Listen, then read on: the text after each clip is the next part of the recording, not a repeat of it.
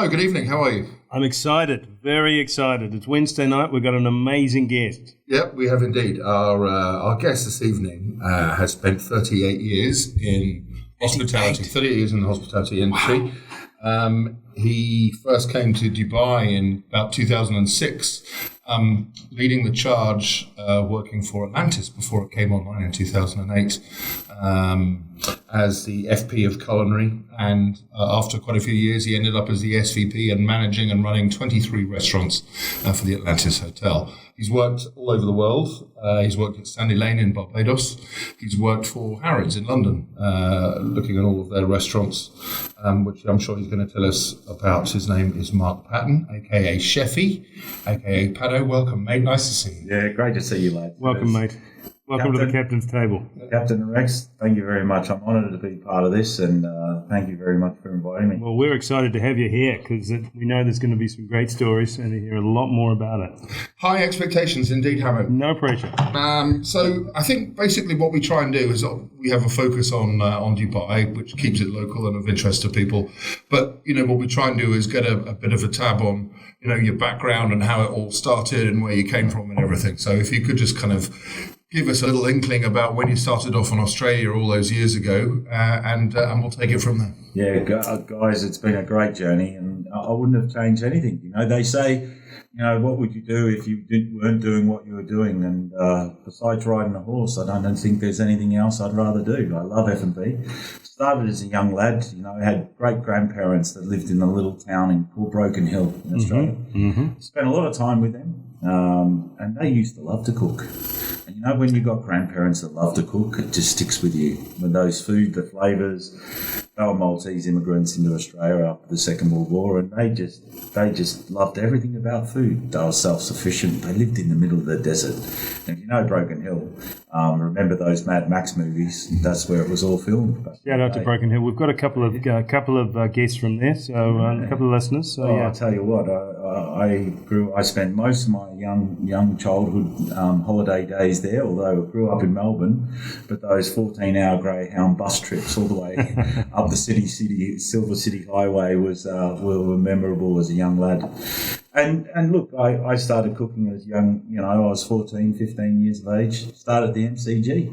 Wow. That was your first, that was my apprentice job? Yeah, first year apprentice, MCG, when Gary Packer put the lights on for that great Bens and the Hedges triangular series against those amazing West Indies back in the days.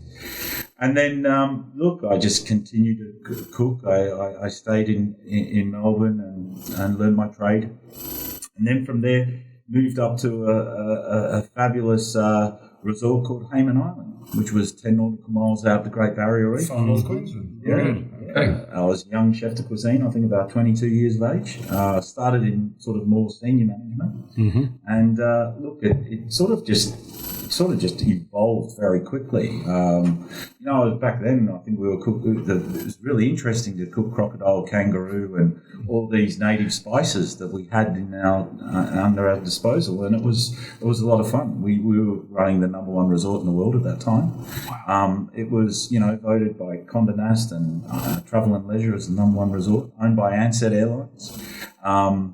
It was fantastic. They sent me abroad a few times, Norway and England, to do food promotions and promote for Australian food. For Australian food, and to promote the island. Yeah, right. It was a great experience. I was a young lad. I was only 23, 24 years of age. And what did you have to take the food out with you? Yeah, we were shipping kangaroo and crocodile and emu and wallaby and, all the native spices, lemon aspen and rosella and, all these beautiful, wild berries and spices. And it was very well received, I think you were saying. Oh, actually, Norway was a huge hit. We had to extend a little bit. And, halfway through the trip to Bergen, I ran out of kangaroo. So I had to as you do. So I had to call for another couple of 100 kilo. By the time we got to Oslo, I ran out of it again. So then we got to Copenhagen, and by then, kangaroo was a big hit. I mean, when you get to eat reindeer, and you just have reindeer, and then all of a sudden this another lean animal comes on your table, you think, wow, tastes like reindeer. but it's kangaroo. So it was actually a big hit, and we just had we had a lot of fun doing it, and from there I left Australia in, I think it was 96, and I moved to England and was very fortunate to work with quite a unique property called the Hempel. It was a small boutique hotel. Yes, absolutely. Anushka Hempel, 40 rooms, all designed differently.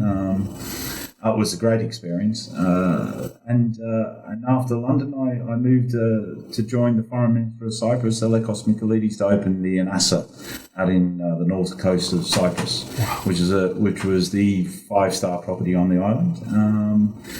And it was a fantastic experience. I was in quite a rural area on the island. A majority of the team only spoke Cypriot, so I had to learn quite quickly the language. I had a great team. Actually, one of my chefs in the operation is the famous Colin Clay, who opened Zuma here. Right. Okay. Yep. Had Roya.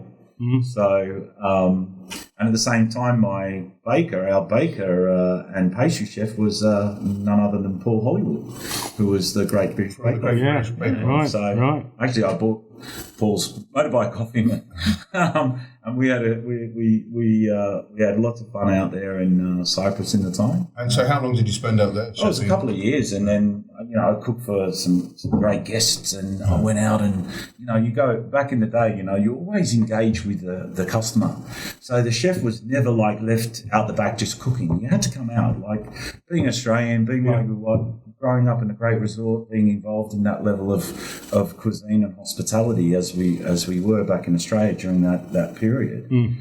I brought that. We brought that sort of whole philosophy of engaging with your customer. So I remember a group of guests coming to the Anassa, and I went out and a big Irish group, and I heard a few names bantering around, and I didn't realise who they were. And a couple of weeks later, I get a phone call from a PA of a gentleman called Dermot Desmond down there at Celtic Football Club, and Mr. Desmond would like to talk to you. He had such a great birthday party and holiday down in your resort, and would like to talk to you about a possibility of coming over and joining them to open and reopen Sandy Lane in Barbados. Right. Which, of course, is the fabulous place, and it's world renowned, right? Yeah, it was the Forte Hotel back in the day, and it was like the grand dame of resorts in the world. It's where everybody, they flew in the Concorde, and they dressed up every night, and it was all very, very, very glamorous. A beautiful coral stone property with only 105 keys. And Dermot and the group, JD McManus down at Ladbrokes, they all bought the property, and they renovated, completely rebuilt from scratch. And I was hired as the culinary director in 99, and I spent 4.5 years out there running the business, which was probably to today one of the greatest experiences as a young guy. But at the same time, coming from a very small, obviously small environment. Melbourne's not very big. It only had a small amount of 5-star hotels and restaurants. But, growing up in places like Broken Hill, and then all of a sudden being in this environment, I think what really connected to me was that first time when they put me in square leg at the MCG, and the amazing West Indies cricket team walked in, and there I was serving food to the likes of Big Bird Joel Garner and Desi Haynes and Gordon Greenwich and Keith Lloyd and Michael Holding, and watching the legends of cricket walk through, and I'm going, wow, I've got a really good job here. Yeah. I mean, you grow up as a young kid and you just love cricket, right? That's all you think about, and besides footy, and your team. And then, there I was in Barbados, and my next door neighbour was Desi Haynes. Wow. The guy across the road, two doors down, was Gordon Greenwich. Around the corner was Big Bird Joel Garner. And I was playing golf. I got a chance to play with Sir Garfield Sobers, and so playing golf, with the likes of these amazing cricketers that as a young lad I was idolising. I was thinking, wow, So, and Sandy Lane being 105 keys, amazing property. We had the likes of everyone from Sidney Crawford to Simon Cowell to Sir Alex Ferguson, you name it. Everybody came and stayed.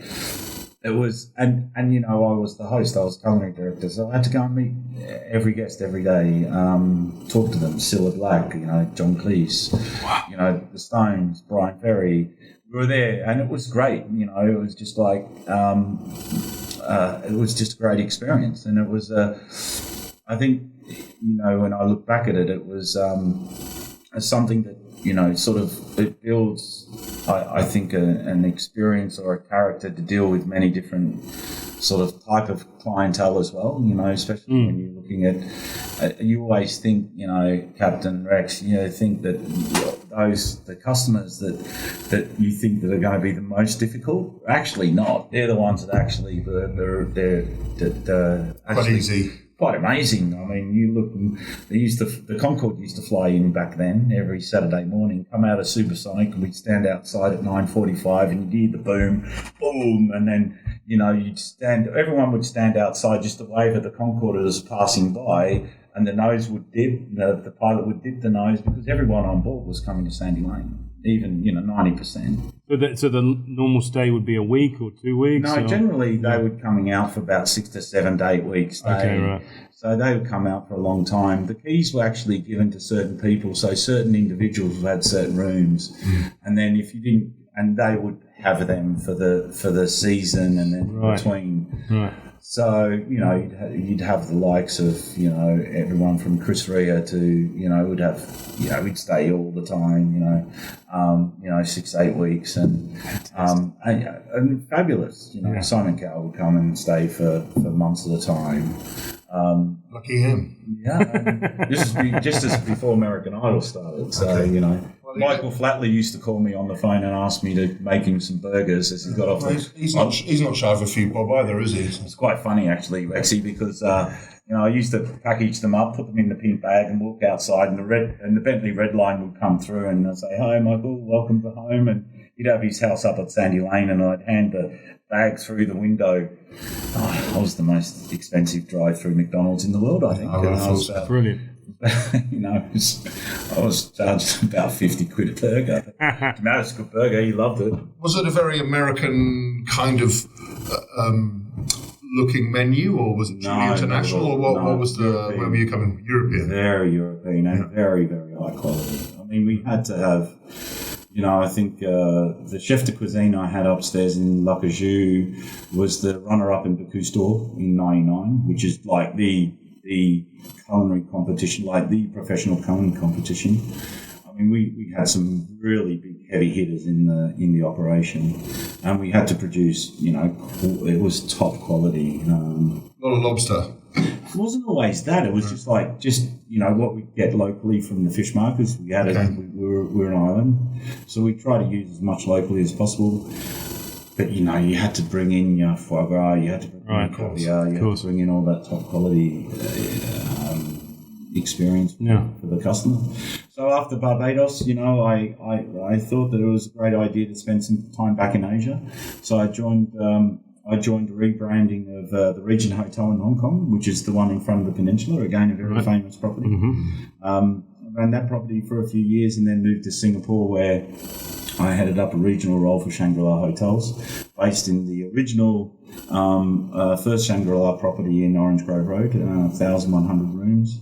Was a fabulous property. Looked after regional for Southeast Asia, Malaysia, Thailand, Chiang Mai. Open properties with Shangri-La. We had some really successful years. And at that point in time, the phone rings, and there I'm talking to the president of Atlantis, asking me to come out and come to Dubai. I'd heard of the property. Yeah. Is this Sol Kurtzner himself, or no, was this one of his guys? It was Alan Liebman, our president. So, and then I went to London. I met with Alan and Sol, and then I came out to Dubai. And as in the lead up to its opening. Well, it was only 2006. So it was a good year or something. Yeah, I landed in 2007, so it was a good year before we opened. Right. Okay. But you needed to, I mean, we had to hire just in the kitchen about 560 in the team. We had 23 restaurants to open on the one day, but we also had two parts to consider. Was the grand opening, which was in November of 2008. So you had the grand opening party with Kylie and we had a sit-down dinner for 4,500 people, so we had to build 2 marquees and built over the whole pool. And it was a 3-day event, and the whole palm was closed down. So logistically, we were working on 2 areas. We were working on the grand opening party, which was a 3 or 4 day event, which was with fireworks, etc., and we had the actual opening of the hotel, which I believe was 24th of September 2008. We opened all the restaurants on the same day. So it was an amazing experience. Look, it was sort of a combination of bringing in all the different type of restaurant concepts. It was building those restaurant concepts out, and there was working and building the teams in each of the restaurants to really get them right for Dubai. Obviously at that point there wasn't really. I think 2007, it hadn't, that whole celebrity chef thing hadn't really kicked off in Dubai. So we were pioneering that with the likes of Nobu, Giorgio Locatelli, Michelle Rostang, and Santi Santamaria. They were all part of the original setup.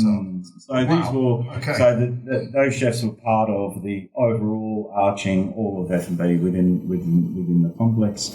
So and when we kicked off, we didn't kick off slowly, as you probably remember. We were doing on average around 20,000 meals a day, and it was an extremely busy time for all of us.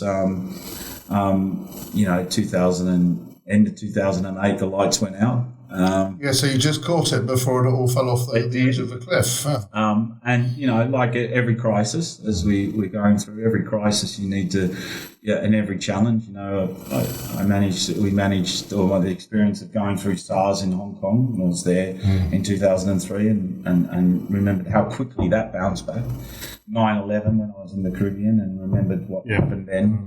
I mean, going through what we're going through now is a very different time, and it was almost like nothing will compare to COVID, because you almost pull everything out and reboot the computer and start again. We'll go on to that later on, I think, because I think that's worth its own bit, just specifically to talk about that and how damaging and dangerous it has been and likely to be over the next 6-12 months, I guess. But how bad was 2008 when you compare it to COVID? Look, it was, how could I say, it's non-comparable to COVID. Yeah.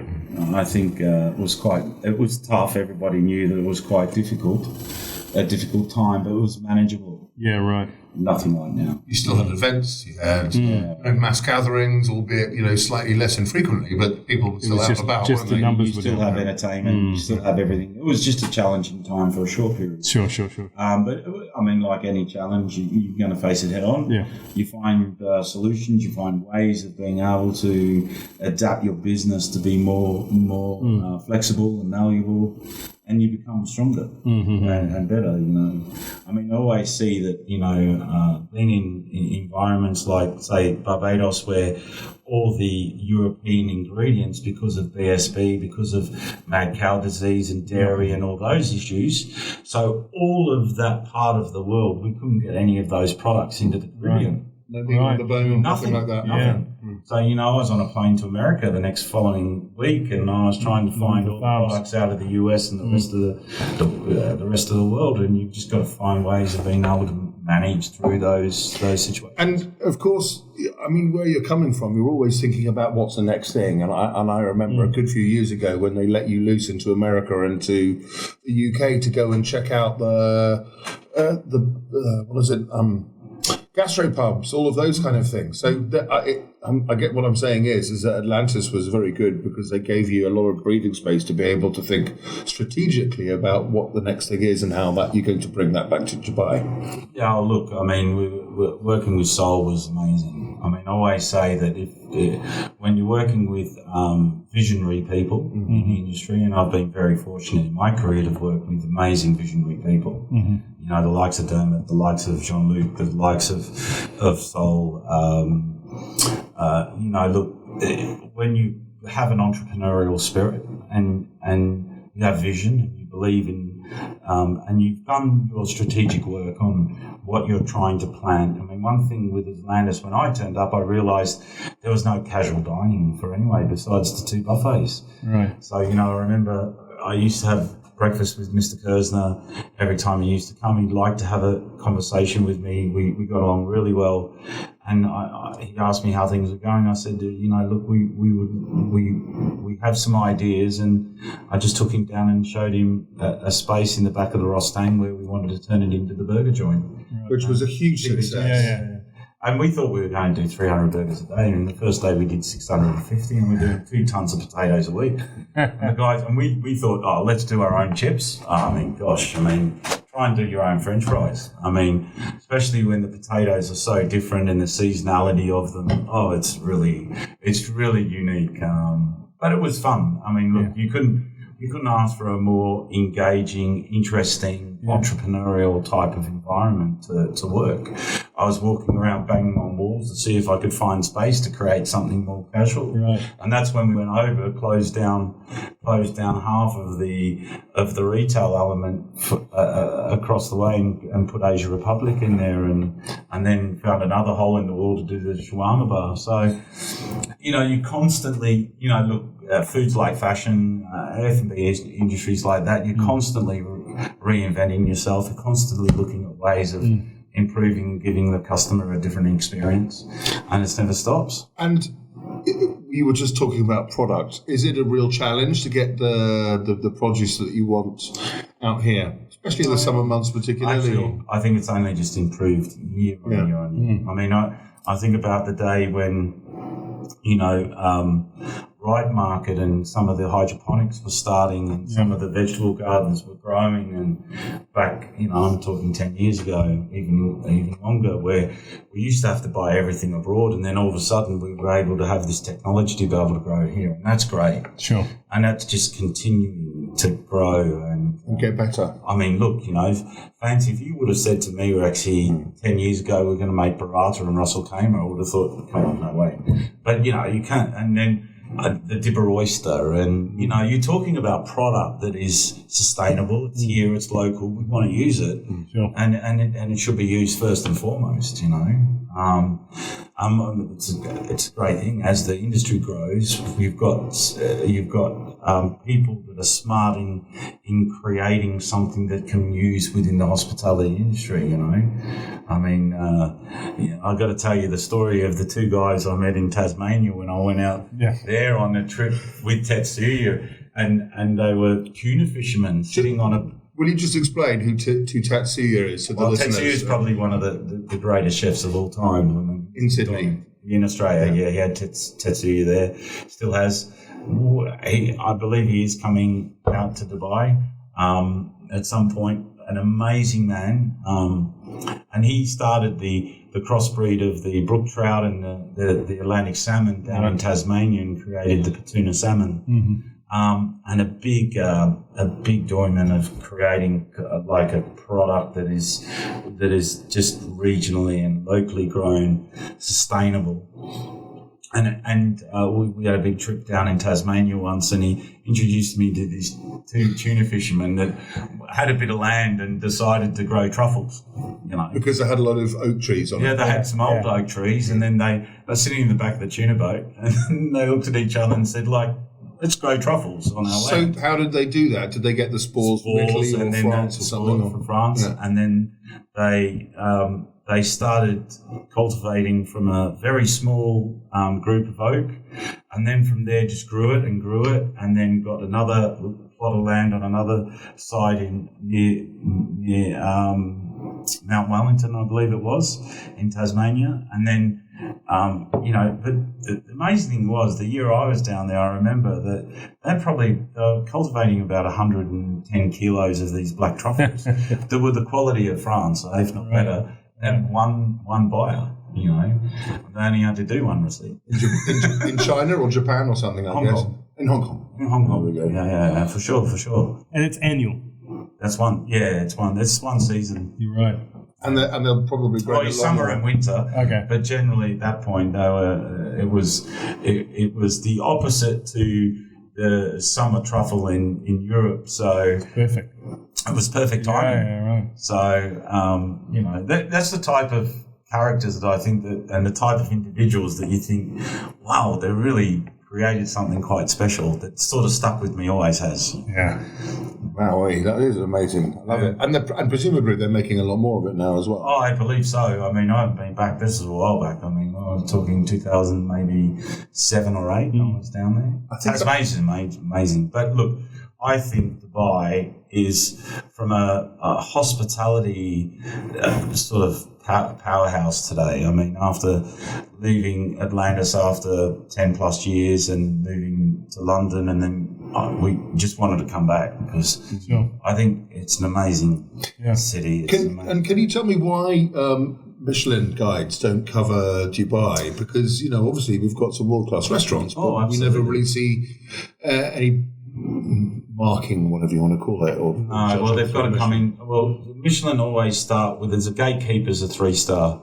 So with a Michelin guide, the gatekeeper is always a 3-star. You have to have at least one in town. Not to say that potentially we wouldn't have a 3-star, but the value, the cost to create a 3-star is absolutely astronomical. I mean, I believe going back a few years, a 2-star, before you've actually eaten anything, it's cost the company about 150 quid before you actually start to eat anything. Just with the value of everything to do with it. So it's an expensive bit out. I think Michelin, after going into Asia, and I was quite lucky to have spent some time with Jean-Luc and Alain and the team as they went and they started their review of Asia. This is going back in 2005, 2006. Hong Kong could have started the book because they had Lisboa, they had Robuchon 3-star, which was clearly ready to go. So I think, look, Michelin's a great barometer, but I think there's other barometers out there that can, like the San Pellegrino Top 100, which I think is just as good, if not better. Well, there were two from Dubai, if I remember right, a few years back. Well, Zuma was always in about the top 100. And Le Petit Maison. And Le Petit Maison. And the interesting thing with those two is that there are other Zumas, say in London and in France and in Le Petit Maison.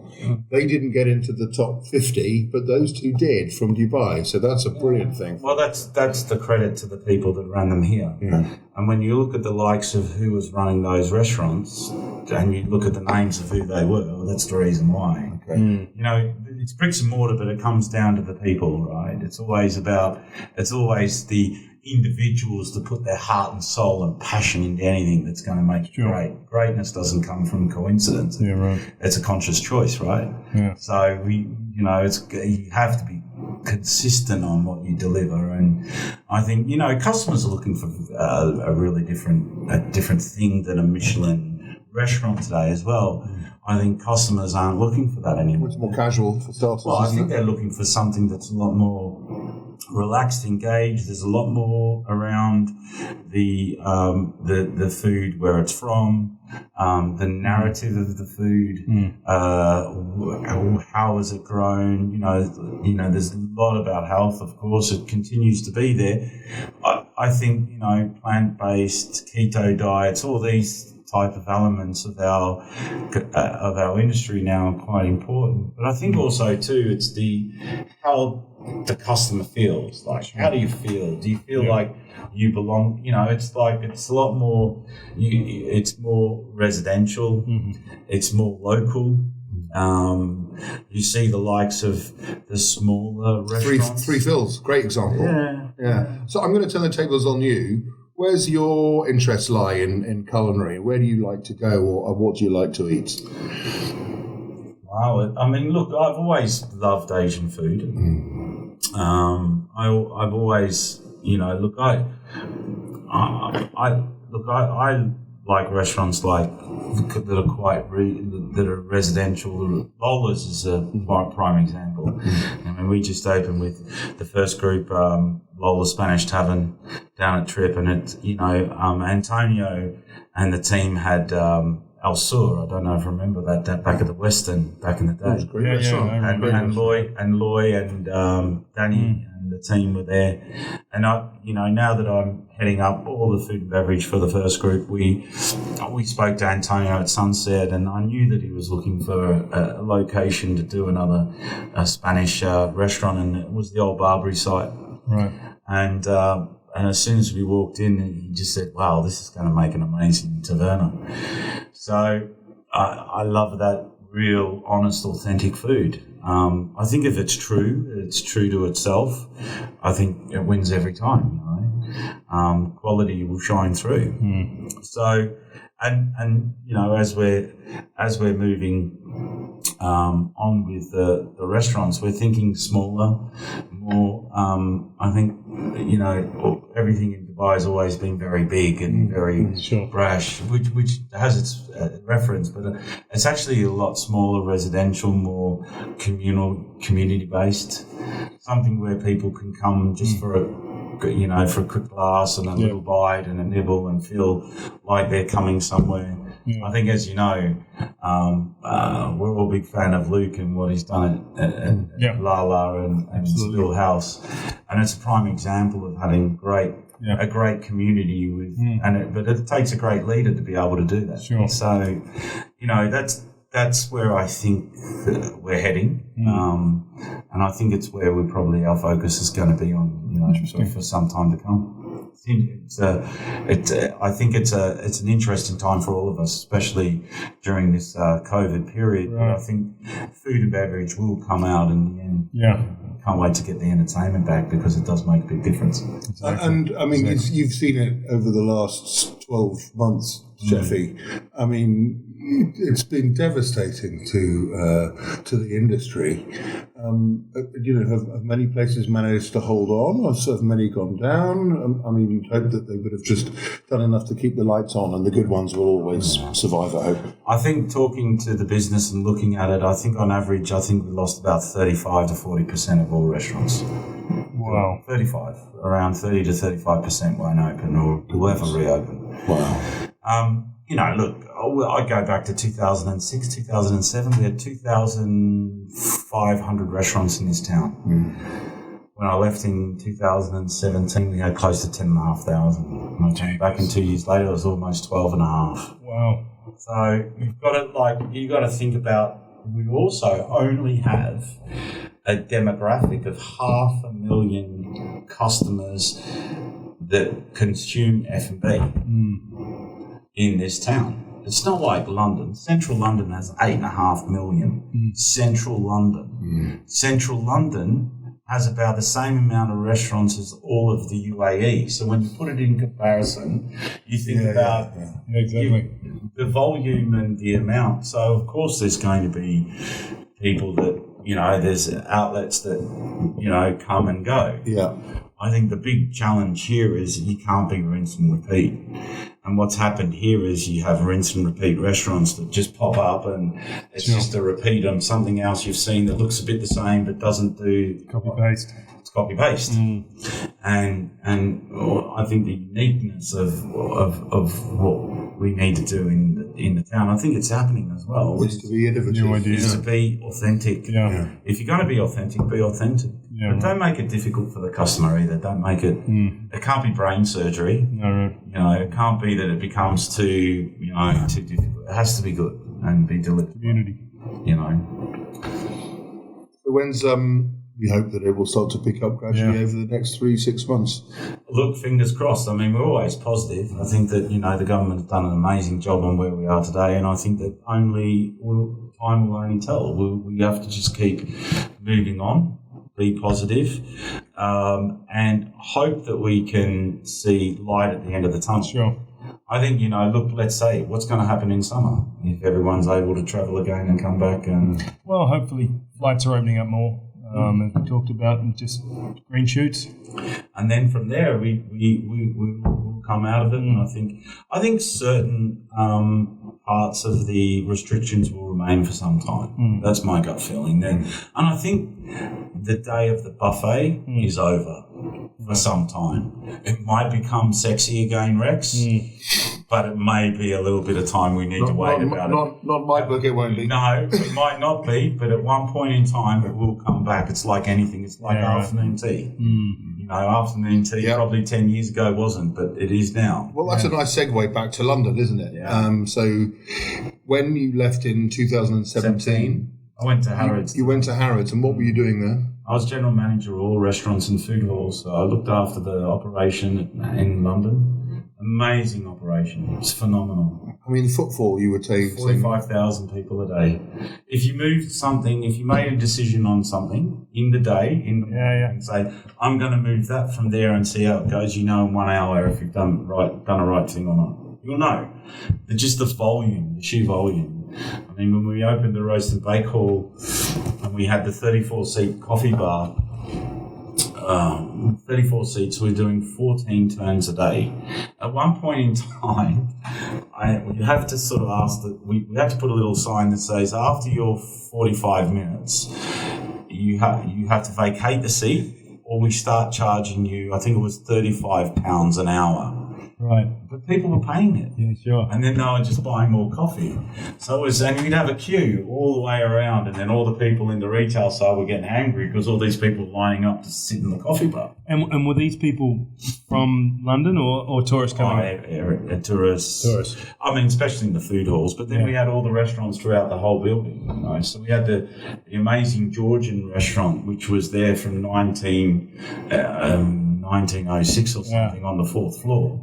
And I think it was Mr. Fayed's very famous restaurant with old tablecloths and the Garradon trolleys, and the old boys used to wheel out the Dover sole and carve it, and everything would take time, and it really wasn't, but it was what was probably Harrods back in the 50s and the 60s. Well, that brings up a point. Did you hit many walls as an innovation? No, it was actually because we were adjacent, seeing all the different floors at the same time. We had to close the tea rooms downstairs on the second. So we had a bright spark idea that why don't we just move the tea rooms to the George and take the tablecloths off, put a table there, shock horror, we're going to change the name. And turning up to the board and asking to change the name was it was an interesting time, but we got it through, and literally it took 2 to 3 weeks, and we were doing 9 turns. On how many covers? 220. And lifts that I'd never seen open before started to open because we sent the adjacencies differently downstairs and sent people to the tea rooms to the 4th floor. And, you know, we put this beautiful big table there with all the patisserie. We had the most amazing pastry chef and bakers. And we thought, we put an ambient table there. That ambient table, the money that used to make was phenomenal, just all day. People coming up and taking the cakes and the afternoon tea. I won't tell you what we had in 17 for a wedding. That was big. I think 17 or 18. When did Harry and Megan get married? We had a special afternoon tea for the wedding. Quite topical at the moment. Very topical. Very topical. A bit of a moot point, actually. Anyway. But it was an amazing operation. Pizzas flying. We had I've got to tell you that we had one of the most amazing pizza chefs I've ever worked with, Giuseppe, and he'd been there for like 25 years and was hired directly by Mr. Fayed. And the stories he used to say about the store, and one was that when I turned up on a Friday, I went upstairs and there was a guy that was standing, a chef that I'd never seen before. He was standing there with a uniform, and all of a sudden he starts to sing opera. So all of a sudden he's spinning pizzas and he starts to belt out opera songs, and it was like everybody stops and listens. And Giuseppe tells me the story of how it all started, and he said, well, the guy actually cleans all the deep fryer oil in the building. He's the guy that sucks all the deep fry oil and regenerates it and puts back in the deep fryers. And he's been here for like about 15 years. And then one day they were doing a walkthrough because Mr. Fayed, and they still do a full shop walkthrough, and they check everything. And they're on the second floor and they're coming up to the pizza and they see this guy fumbling around with these cans of oil, and he knocks a can of oil over, and the whole oil goes down the back fire escape stairs. Well, instead of swearing and carrying on, he breaks out in opera song.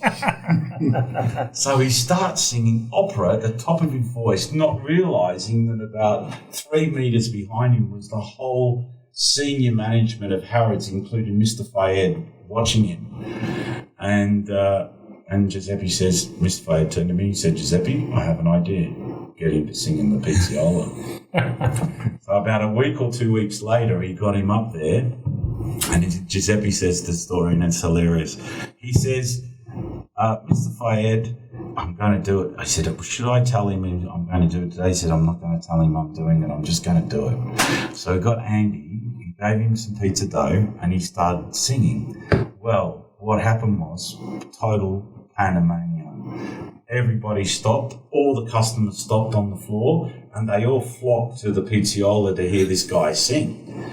And at that point in time, there was security everywhere. Security didn't know what was going on. And Mr. Fayed had to come down, and Giuseppe was there.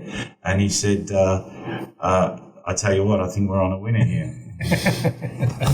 This was your idea. Yeah. So, our industry is fantastic. Yeah. We wouldn't do anything else. I think that we have we're very lucky in Dubai. We have some amazing restaurants. Mm-hmm. I think the next year or so is going to be a very interesting time for us. We have to be we have to just get better. Mm-hmm. It's like anything. You just get better at what you deliver to the customer. And for you, that means obviously keeping innovating, doing all the good things. And there's a lot for you to do, to look forward to as well. Oh, absolutely. Heading up the first group has been great since I joined the team during COVID. So and we literally rebooted the computer and started from scratch. And it's been wonderful. We're opening Lola's. We're about to open Ikigai with Reef, Chef Reef, over in the Millennium Place Hotel. And what is that? Is that Japanese or Japanese street? Yeah. It's going to be actually izakaya concept. So beverage and food led, very innovative, and very exciting times, and then from there we open a fabulous property in JVC, and we'll have a Latin American concept and Cuban cigar lounge there, along with a Mediterranean restaurant and pool club on the third floor. So really interesting times for us as we move on. Perfect. And then we've got more properties opening over in Business Bay later in the year. So, look, I think that it is always still going to be challenging for a lot of hospitality operations in town. But I think it's just a matter of managing through this period of time and just getting your product better and better. It's time to do it. Great. Well, we've pretty covered everything from A to Z, haven't we? Well, I'm pretty hungry now. You got me very hungry. Yeah. No, that's amazing. Jeffy, thank you very much for your time, mate. It's been fascinating having you on. Yeah, thank you so much. It's a pleasure to be here. You're a champion. Can't wait to see you. Thank you so much. Again. Cheers. Thanks a lot, guys. Bye. Cheers.